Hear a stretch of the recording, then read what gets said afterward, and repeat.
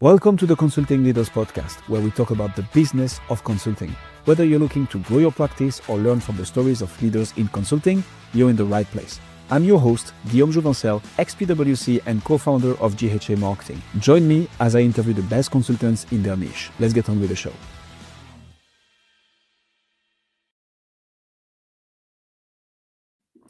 Jack, welcome to Consulting Leaders. Happy to have you. Thanks so much for having me, Gil. I'm pumped to be on. Pumped to have you on. It's going to be a fun one. So, tell us everything about what got you into the fantastic, yet I suppose stressful world of data and analytics, and how did that evolve into launching Pineapple Consulting Firm? The brand is like on point, by the way. Love the background. Tell us how you got in there, Jack. Sure. I will say I know people in town that have forgotten my last name, and I'm just Pineapple Jack now. So the branding accidentally a success. That works. But honestly, so I've got this whole like canned answer. I'm sure everybody does, but like the real answer is I've always thought in like numbers and angles, and I didn't know it at the time. But like when I was a kid, I liked helping people. When I was in middle school, I enjoyed like helping the cute girl with her math homework kind of thing. But I realized that like the exciting part was actually like getting somebody to understand how like at the time math worked in today's world, how numbers and data work. So I've always had this super nerdy passion of numbers and analytics and stuff like that. And it's just how my mind's wired. And I realized kind of throughout life that not everybody's wired that way. And I love helping, like, I love seeing that light bulb go off when something kind of makes sense to me and I can explain it to somebody else and then it really clicks for them. And so, whole long story, I can go through the corporate world and all that stuff. But that was the big driver, honestly. If I can get people to understand what's happening from a numbers perspective, they make good choices. Back when I was a kid, that was the only thing I was supposed to do is make good choices. Now people in business, a good choice is just a data-driven decision. So it all kind of spiraled together, and I could give you the whole corporate backstory too, but that's really the core driver of it, man. I like it. And no better motivation than helping the cute girl at school. Exactly. Tell us a bit more about what's the number one problem that you solve now? Like, what do you help people achieve? Yeah. So I was, funny enough, I was actually given a kind of like a workshop yesterday to a group of COOs. And the thing that I heard the most, and this is not common, this is just so topical, it's right off the top of my head. Everybody in there, their COOs or director of operations, something in that range. I said, my CEO, my boss keeps asking me for this one question, and I've shown him where it is, but he just doesn't take the time to click through the existing software and see where it was and blah, blah, blah. Or all the data is scattered, or it takes forever to update this one thing. So what we do is we fix all those problems. Those are the most common problems that we hear. And so we centralize data, we automate data, and then we visualize data. So the goal is simple. The goal is easy to understand. And that's what it comes down to. And it just comes in the form of a dashboard. That does make a lot of sense. How do you choose who you work with? Who's your ICP? Like, who is it that your solution gets the best result for, from your experience? Yeah. So we end up working with other consultants for the most part, honestly, because we're fractional analysts at the end of the day. So the fractional world obviously is huge now. And when I first started in 2020 running the business, it was like you couldn't really find other fractional people. There were a couple, but now I live in Charlotte, North Carolina in the US, and I now search just in the city limits, and there's like 8,000 different fractional CFOs. And so that population has expanded so much that we said, all right, the CFO likes to be a CFO. They don't want to do bookkeeping. They definitely don't want to do data and analytics. So we end up kind of partnering with them, and it's either for their business, because again, they don't want to do that. They just want the answers, or they want to see what their clients are doing and make it logical for their clients. And so we end up working with a lot of CFOs, a lot of CMOs, and just other fractional people. And it's kind of just why we're all in consulting. We're really good at the one thing, and then we hire out for the rest. I like this. Do you have any specific? I mean, first of all, it's crazy how crowded the market has gotten. Like, this is a crazy number. Any specific, I don't know, industry? So consulting is broad. Is it any type of consultants? Is it any industry? Is it any company size? Or do you see someone typically for whom, they maybe don't have a data analytics team in-house, which I suppose is rare in consulting firms anyways, apart from for the biggers. Like, how do you choose the ones that you're going to reach out to, get in front of, and propose your solutions to? Yeah. So the ones that we really lean into. So I'll give you like kind of industries first and sizes first. So like people with e-commerce clients work really well because I'm sure you're familiar. There's so much data in e-commerce and it's really easy to get lost in it. So we end up, making dashboards that simplify that massive amount of data. So e-commerce is really good. Professional services, like I said, is really good too. Those are kind of the top two for us. And then our end client, so the clients of the consultants that we work with, they're usually in like the $5 to $50 million range. Obviously, we can go above and below that, and we have a couple $1 billion clients. We've got a couple under $1 million as well. So the common thread is when we're working with other consultants, they want the win-win-win, right? So we're going to build a dashboard, for example. The CFO gets to deliver it to their client, so there's additional value for the client. The client now can be data-driven, and it kind of works in the reverse direction too. The client can be data-driven. The consultant can say, look, here's our value because we're measuring the things that we're talking about. And you can see sales went up since we started working together. So in the consulting world that we live in, when you always have to kind of like prove your value, it's a whole lot easier to do when you're measuring KPIs and saying, this is why it's working. And then continuing back to us, obviously, we're getting paid for this work. So we're happy. People are getting data driven. I still get that same light bulb feeling of helping the cute girl with her math homework too. This is going to be my new favorite analogy, by the way. I hope you don't mind me stealing it, Jack, but that's going to be my go-to now. Go for it. You cannot steal what is a gift. I like that a lot. I think back to, we're going to discuss about marketing, branding, sales, retention. But one of the things that you mentioned here is just so key. And I talk to a lot of B2B coaches and consultants. And sometimes the area, like the subject matter that they help companies on is not obvious, right? It's not like, I'm going to help you close more people. I'm going to help you see through the mess so that you're going to be able to do better decision and increase growth by X%. Sometimes it's a bit more people related, soft skills related, something that is a bit harder to grasp. But if you manage to talk about it in a way that's going to drive business results and the decision makers, your brand is going to explode and your sales cycle is going to be much, much, much easier. So I like what you mentioned here around, we're going to build what you're missing in terms of data and analytics, and that's going to drive this business impact. That's really good, which kind of already answers the next question, but I'm going to leave the floor to you, Jack. How do you market that? How do you brand? How do you get in front of the right people? So funny enough, we do a lot of how-to stuff. So everybody wants to be data-driven. Very few people actually want to know the ins and outs of how to do it. So we put out a lot of content. Like our number one lead source is YouTube.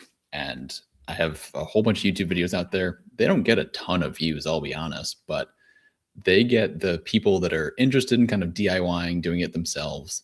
And they see a how-to and they say, okay, cool, let me try it. And then some people do it and they reach out for like one question and they're good to go. Other people say, hey, I tried it. I just don't have time to do it. Do you have any packages that are like done for you? Of course we do. So we do a lot from YouTube, speaking and podcasts.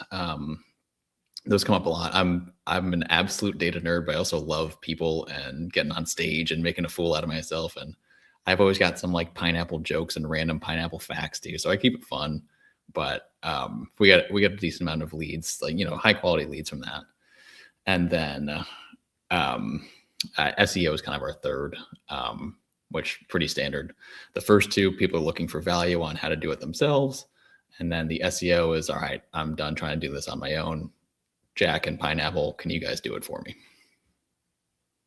Okay, there is so many things that I want to follow up on, but the first one is, what's with the pineapple, man?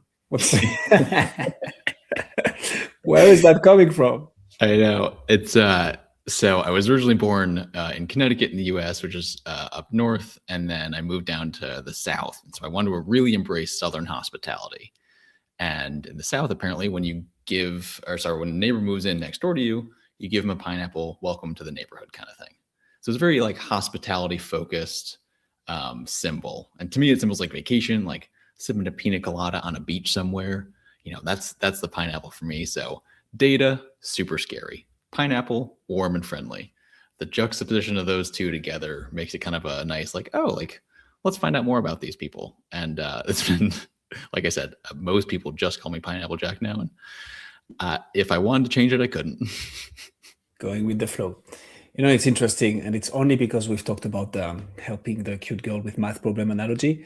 In Spain, I don't know if it's still the case, but there was a trend a few months ago where the new dating circle would be in supermarkets, and to manifest the fact that you were interested into, getting people to approach you and so on, you had to put a pineapple in your cart and like reverse it.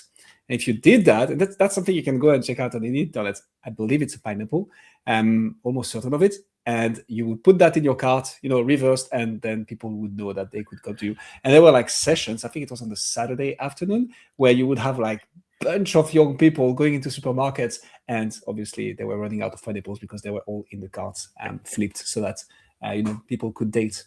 The things we do to get a cute date. So tell us a bit more about YouTube. You're one of the very rare guests who went there first. I mean, so SEO, right? Referrals, that's classic. And it's already good that you're doing it. Very few people understand, I think, the power of YouTube when done right. So what made you choose that channel? How did you go about it? You mentioned something very important, which is you're not getting lots of views, but you're getting traction, which is key. So many people go after vanity metrics, even the people making millions of dollars. And I'm like, it's obvious. Yeah. Anyways, back to you, Jack. Why YouTube? How do you do it? How do you make it work? Yeah. So I was told pretty early on, I hired a marketing consultant pretty early on in the business. And it's sort of like we're having a bit of a general conversation. He said, you can either be like a writer or a speaker. I was like, all right, well, I definitely hate writing. As much as I love math and data and stuff, I am not a writer. And this is, you could do ghostwriting, but this is pre like ChatGPT and everything. So making blogs was just a nightmare for me. So I thought, okay, a lot of people consume video content, and a lot of people want to, know the right formula in Excel kind of thing, or how to build dashboard, something like that. It's actually a lot more beneficial to see it rather than read about it. So I don't like writing, and it was more beneficial for people to see it. So I was like, okay, boom, easy. Let me just start putting stuff on YouTube. And I mean, to this day, I think we have a couple videos that are over, 10, 20,000 views. Most are in like the 100 to 200 to 500 range. But to your point, I would rather 10 views and 5 people reach out than 5 million views and 1 person reach out. So it ended up being kind of just this perfect storm of stuff that I like, stuff that's working, and stuff that I'm good at. And I mean, it's been years and years now since we've done at least a video a week, oftentimes 2 videos a week. And it's still fun. Like, I still like it, and it's still effective. So the data tells me to keep doing it. It would have been ironic that you wouldn't base yourself on data to know what works for you. I'm gonna double down a bit here. So we have a client in the finance space as well, actually, and he gets not that many downloads on his show. Like, compared to industry averages and industry in the podcasting space, it's actually rather low. His audience is made of 80% of CFOs. If you manage to build a content strategy that is so properly positioned, because 1, you're crystal clear on your ICP, 2, you're crystal clear on what your ICP is looking for online, and you align your content accordingly, where you inject your expertise as well. You do this consistently at a high level of quality, you're going to start building an audience of high purchasing power listeners, viewers, whatever, your ideal clients. This doesn't happen overnight, which is why a lot of people usually just, drop it because it's like, hey, it's been 2 weeks that I'm doing this and I haven't gotten any six-figure deals yet. What's happening? Things take time, and sometimes years. So there are some mechanisms to make it work faster. But like, you do this consistently, and then you're gonna get 2, 3, 400 views from your ideal client each and every week, each and every other week, doesn't matter. And at some point, people will raise their hands because they're like, I've been consuming your stuff for 6, 12 months. You know what you're doing. I don't want to spend my time doing all this. You go do this. And the sale is already made because you've already showcased that you could do the stuff. Yeah. It's a subject close to my heart, as you can see. I was like, this is so good and this is so important that I wanted to double down on it. Tell me more about how you move from that, Jack, to an actual conversation. So you mentioned you sneak on other people's podcasts. Love that. YouTube, SEO. How do you take all this? I think it's going to be interesting because I'm sure you're tracking all the data. How do you go from this to, hey, it might be relevant to, have a 30, 20 minutes conversation, and hey, looks like we can help. Let's schedule another call. Like, what does the sales motion look like from first touch point to SOW, letter of engagement? Yeah. So kind of off of your story too, like after somebody's consuming content for 6 to 12 months, they, to your point, they kind of raise their hand and say, hey, you guys are good at this. I've tried and it's just not quite working or something like that. So I think, and I'm sure I'm preaching to the choir here. I'm sure you know was way better than I do, but marketing efforts take a long time. There's nothing that is an automatic faucet that gets new leads tomorrow, right? So after somebody's listened to a speech of mine, then they probably check out my website, or if they watch a YouTube video, they'll probably watch 3 or 4 YouTube videos. Then they'll go check out the website. And by the time that they reach out to me, because 100% of what we do is inbound, I don't think we've done any outbound ever, at least not effectively. By the time that they reach us, they're already in a spot where they're pretty sure that we can solve their problem. So that first conversation is, hey, I've consumed your content, or hey, even the referral situation, right? Obviously, hey, somebody referred me over, think you might be a good fit.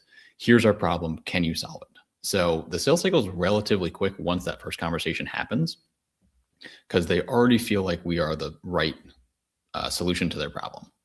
And so it takes a meeting, maybe 2 meetings, to kind of say, yes, let's check out the data. Let's see what you're working with, right? Let's peek under the hood a little bit. And then we agree, okay, this would make sense. Let's agree on obviously pricing, scope, all that stuff. And then it's typically intro call, a little bit of a deep dive, and then SOW call and true kickoff. Boom. A bit of I don't know if it's a curveball, might not, might be a very softball for you, Jack. We'll see. How do you use your content as part of your funnel as well?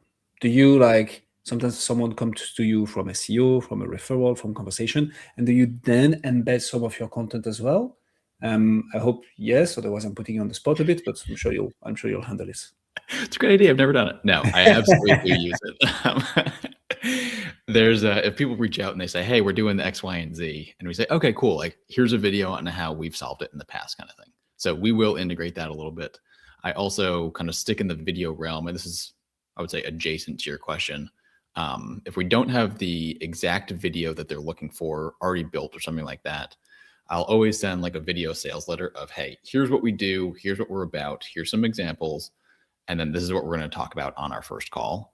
So even if we don't have the perfect video to send them or the perfect blog to send them, we've hopefully educated them enough and made them feel comfortable enough to where they walk in. And I like to say that I'm terrible at sales. I just like talking with people. So it's never a salesy conversation where we're bargaining over price or I'm trying to convince them. It's just, hey, like, we can solve your problem. Here's our price. If this works, great. If not, that's totally fine too. Here's some videos to DIY. I do love the vibe. I have a feeling though that this is pretty efficient at sales. Jack, how do you track data? I'm gonna take advantage of this to pick your brain, because that's something I talk about always as much as possible. So the audience is getting tired of me repeating that. You need UTMs. You need to track, everything to see what the funnel looks like and where you should put your focus on, because whatever is broken. How do you do that? Can you walk us through how you've implemented this in your practice. You don't have to give the numbers unless you want to, of course, but like, what's the tactical way of making an efficient funnel for consulting services? Yeah. So this is something that we've done internally and we do for clients as well. So answering kind of out of both sides of my mouth, but saying the same thing. So we always start with the goal, right? So I'm sure you do as well. Like most people, super simple goal, right? I want more clients. Okay, great. How do you get more clients? Well, we do what's normal. Like we do SEO and we do ad campaigns and stuff like that. Okay, great. Which blogs are the best? Which pages have the highest conversion rate? Which ads and which campaigns are doing the best? And then we kind of go through that conversation and we land on, we obviously know the goals, right? We want to grow more. We know the main KPIs. So however you define your funnel, MQLs or SQLs or just conversions or however you define it, make sure you have those KPIs, and we do the same thing internally. And then we go and we look into what has been working the best, what's been kind of sluggish, and maybe we can dump a loser campaign or something like that. But let's dive into that data. And if we know that something's working, great. It's a whole lot better when we can prove that something's working. And the only way to prove that is with data. So make sure you track everything, and the more centralized, the better, right? So to your point, if you're doing ads and stuff like that, UTM campaigns, let's get detailed. Let's get as detailed as possible there. If you're doing SEO as the main focus, great. Where are people coming from? What blogs are converting the best? What's the landing page look like? All that stuff. And I would say you don't have to track every single metric out there. I certainly don't. People ask me like, what day of the week is your most popular day on your website? I don't care. I have no idea. They get excited because they stumped the data guy, but that's not a metric that matters to me. I care about people that like converted, right? So garbage in, garbage out, very overused. Don't think that that is a 100% garbage or 100% whatever the opposite of garbage would be. Gold? I don't know. Progress over perfection. Track the right stuff. Start with the goals. Put some metrics to it and make sure it can all flow together. Amen to that. And I'm going to double down on some of the points because I just think this is so good, Jack. So thanks a lot for sharing this. So to echo one of your last points first, think about it like this. If you're monitoring a data point and you look at it, and whatever the data point becomes, it doesn't change the way you do things. If you don't drive a decision from the data that you're reporting, even if it's accurate, there is no point in reporting it. I would rather have, like for the vanity metrics, 3-4 key metrics that we track very thoroughly. That we're like, okay, if this goes down, we need to do this. If this goes up, we need to do this. If this is bad, it's very bad. We need to take action now. And drive your funnel like this, rather than having like every single point from every single, for instance, pieces of content, right? You can go as far as creating UTMs, so tracking links for every single piece of content that you create. So I can track exactly what format and what piece of content does well. Usually not so much point in that in consulting. Focus on, are you getting traction? Are you getting the right traction, meaning from the right people? From that, are you getting the right leads and how many? And from those leads, are you getting some calls booked, some further investigation on your website, whatever it is that your funnel looks like, so that you know exactly, back to you, Jack, what to focus on and what to take action on if there is something broken. That's how you drive results. Yeah, I couldn't agree more. I was just talking with a client yesterday, and we were going through his client list, and whatever, like 100 or so clients that he's got. And I was looking at this big chunk of them that he had a really low hourly rate on. And we're going through it. I was like, all right, like, tell me about like, who are these people? And he's like, oh, well, that one's kind of a bad client. That one's kind of a bad client. I don't really like this one. This one's really difficult. I was like, all right, so we're targeting the wrong people is what you're saying. So, then we kind of evolved into, all right, well, where do they come from?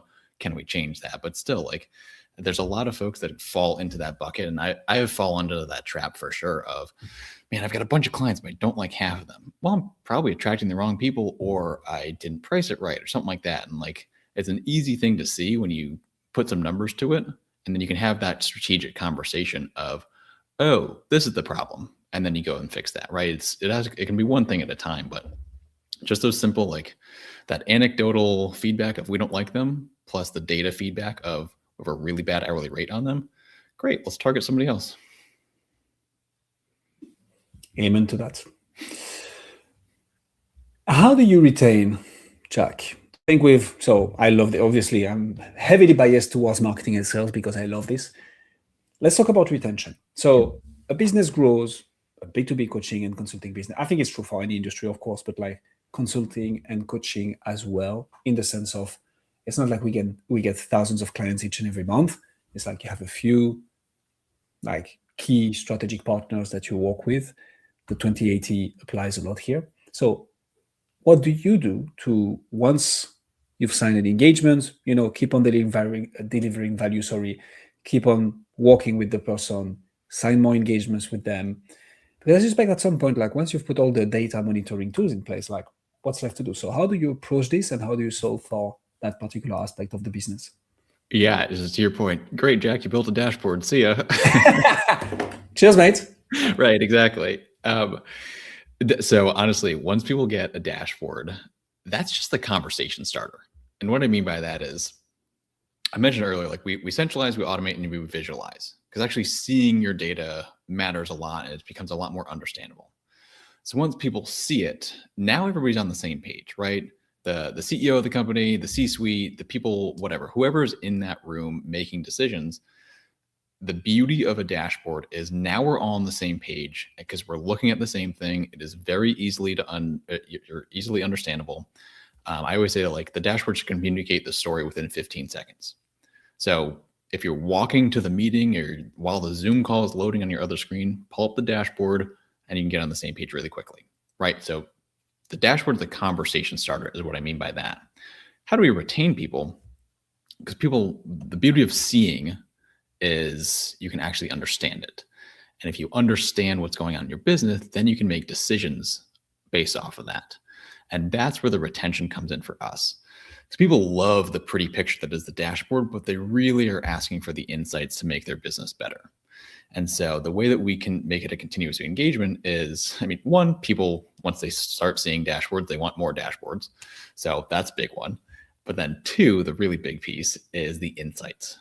We're able to be that analytical partner, not just the dashboard builder, but we're the analytical partner that provides the insights, gives data-driven recommendations, does all that stuff. So where we actually have a couple models that are very similar to like sales commission kind of based pricing. So it's value-based pricing.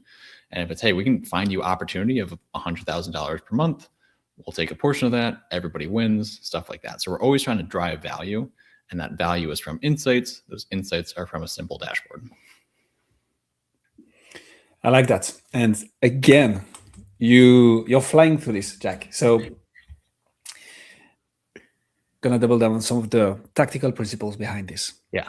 I think the job of a consultant is to fire himself or herself, in the sense of you're brought in as an external resource to fix a problem. Once the problem is solved, you're not needed anymore. Well, maybe not. The ideal is to have then a secondary offer to be able to keep people on retainers whilst keep on providing value. And that's something, and I ask it very often on this show, not so many people have figured out yet. And I think it's so good to be able to say, hey, this is fixed because we've solved that problem. This is now the new problem that you're going to face. Don't worry, we have it covered. And by the way, if we do this on a weekly, monthly, quarterly basis together, this won't be an issue at all. And you will actually keep on providing value. And it's like very theoretical here, but if you find a way to achieve that, you're going to grow your business. Yeah. You've been flying through this interview, Jack, a little bit too much to my taste. I'm kidding, of course. I like it a lot. Let me throw a curveball at you. What's your number one challenge? Please tell me it's not data, that you're facing within your business right now. What's the one nut that you're trying to crack, and that once you crack, you're gonna get the whole thing to the next level? Yeah. I would love to give you the kind of generic answer of I need to be the CEO, not the doer of client work anymore, right? Everybody's hit that. So I'm not going to go generic. Thank you. I'm going to give you the true, honest answer that is, we're early 2026 here. This is the hot off the press thing. Mm-hmm. So everything that we build is custom. I haven't built the same dashboard. I built hundreds and hundreds of dashboards myself or overseen others on my team. We've built so many dashboards. We've never built the same dashboard twice. There's same principles, right? There's some template, there's some learning, all that stuff, but it's never the same exact thing. And I love doing custom things, right? Because that means something to the client, right? It's in their brand, it's their metrics, it's their story. There's a lot of value. Honestly, there's a lot of beauty in that. But as you could probably guess, that's really hard to scale. When we're consistently doing custom things, specific needs for unique clients, scaling a custom deliverable is kind of where we're at right now. That's the part that I'm a little stuck on. And I've got a few things in the works. I've had dozens of ideas, but we're trying out a few things right now. And one of the biggest things is we're just kind of, like I said at the beginning, we're working with other consultants. If they have a similar-ish client base and all of their clients need a dashboard, great. We white label under them, and it's been working out really well so far. So white label is one. I mean, I'm genuinely curious. Like, how are you thinking about solving this specific challenge? The reason I'm asking is, I was gonna say it's a common problem. I don't think that's true. It's a common problem for people who are looking to grow and who are taking actions to grow, which is not always the same. So once you start getting more demand, you see that your team becomes stretched, burnout. I mean, I'm coming from a big four. I know what this looks like in consulting firm. And so this is a huge challenge, like scaling the delivery human part of it once you manage to build the brand and build the acquisition channel. So I think the challenge that you're facing is something that for sure some listeners will face as well. Curious to pick your brain on that. So white label, how else? Like, what are you considering to solve that challenge? Yeah. The one that when I've had kind of brainstorming conversation with other people, one of the easy answers is just hire more analysts. Okay, sure, it's an option. But what if I didn't want to hire, like, let's play that game. What if I didn't want to hire any more analysts than I have, or maybe just like, one or two more instead of 20 more? What does that look like? And so one of the things I've been trying there is using AI. So obviously I'm legally obligated as a data consultant to talk about AI at some point. So that's been one avenue, and we've got a fun AI built dashboard partner that we recently struck up a partnership with. They've been really fun to work with too. So a little bit in the AI space, let's think efficiency instead of more people. And then the other thing we've been thinking is, I mean, kind of back in your world, Guillaume, is just niching a little bit more, right? So if the deliverable is custom, can the back end be scalable and repeatable and stuff like that? So if we work with a bunch of CFOs, most of their clients have QuickBooks, okay, or Xero. Great. If they have QuickBooks and Xero, we know that data inside and out. We can produce dashboards pretty quickly. So the thing that I'm really trying is, with my current team, can we find the right clients, find more of the right clients that have that scalable backend piece of it that makes us absolute 100% guaranteed experts because we know that data so well, and then still have a custom front end of it. And there's a lot of different kind of data structure things in there, and there's a lot of different nuances to actually build that out. But that's been something that we've been toying with a lot as well.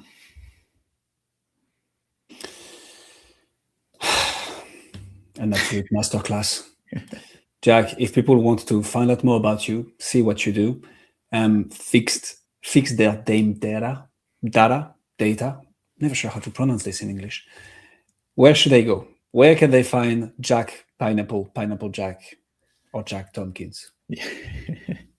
My website's typically the best. I'm on LinkedIn. Feel free to connect with me there, but website's typically the best, which is Pineapple CF, as in Pineapple Consulting Firm. .com. It's got examples. We've got AI tools. We've got about us. We've got all sorts of stuff on there. So that's typically the easiest way.